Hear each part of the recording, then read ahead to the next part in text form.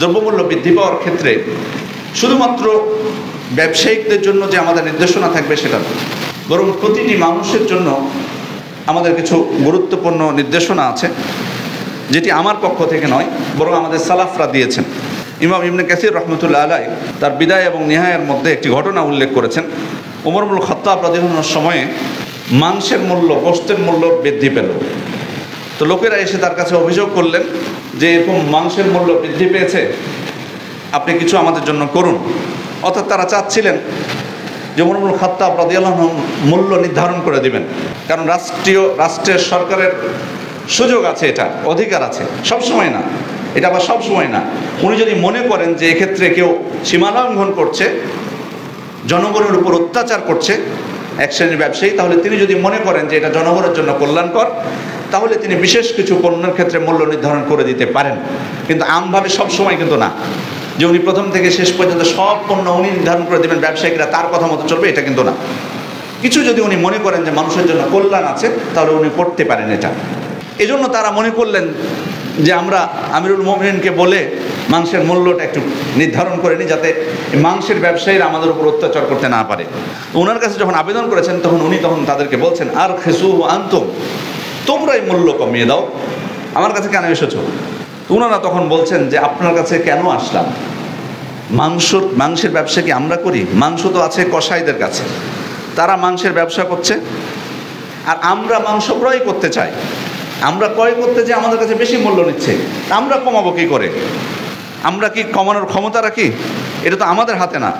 তখন উনি তাদেরকে ছোট্ট দুইটা কথা বলেছিলেন, উতরুকুহু লাহুম, মাংসটা তাদের কাছে রেখে দাও। অর্থাৎ ওই মাংস তোমার ক্রয় করার দরকার নেই, মাংসটা তাদের কাছে রেখে দাও, মাংস কেন তোমাদেরকে ক্রয় করতে হবে, রেখে দাও। বাস্তবে তো তাই। যদি এমন পণ্য হয় যে পণ্যর বিকল্প আমাদের কাছে আছে, সেটা যদি আমরা পরিত্যাগ করি, তাহলে কিন্তু মূল্য কমে আসবে। সম্প্রতি কিন্তু একবার ঘটেছে এমন, যদিও আমাদের সমাজে এক শ্রেণীর বিত্তশালী, তাদের যথেষ্ট টাকা আছে, তারা 3 গুণ বৃদ্ধি পেলেও তাদের সমস্যা হয় না, যে কারণে হয়তো এখানে একমত হতে পারে না, যে কারণে এই অসাধু ব্যবসায়ীদেরকে নির্মূল করা সম্ভব হবে না তখন।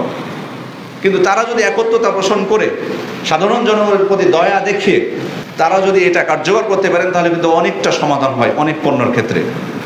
এবং আলী ইবনে আবি তালেব রাদিয়াল্লাহু আনহু তার সময়ও ইমাম বুখারী রাহমাতুল্লাহ আলাইহি তার তারিখুল কাবীরের মধ্যে ঘটনাটি উল্লেখ করেছেন।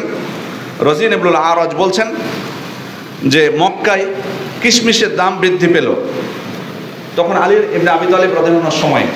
তো তিনি ছিলেন কুফায়, আপনারা জানেন তিনি তখন কুফায় ছিলেন, ইরাকে ছিলেন।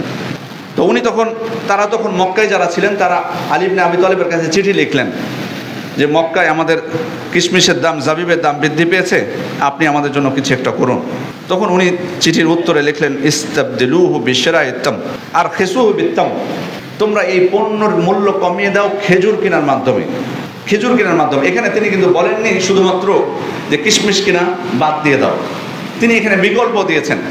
বিকল্প দিয়ে বললেন যে তোমরা কিশমিশের পরিবর্তে খেজুর ক্রয় করো।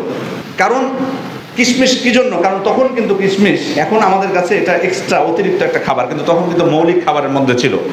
যাকাতুল ফিতরের হাদিসগুলো আপনারা দেখলে বুঝতে পারবেন, কারণ তাদের মৌলিক খাবারের যে চাহিদা পূরণ করতে তার মধ্যে একটা কিশমিশ ছিল, পরিমাণও প্রচুর ছিল। আলী ইবনে আবু তালেব রাদিয়াল্লাহু আনহু দেখলেন যে কিশমিশের মূল্য বৃদ্ধি পেল, বিকল্প তো সেখানে খেজুর আছে এবং কাছাকাছি, পণ্যটা কি কাছাকাছি, সেক্ষেত্রে তোমরা ওইটা বাদ দিয়ে তোমরা খেজুর ক্রয় করো, তাহলেই তোমরা এই কিশমিশের মূল্যটা কমে যাবে।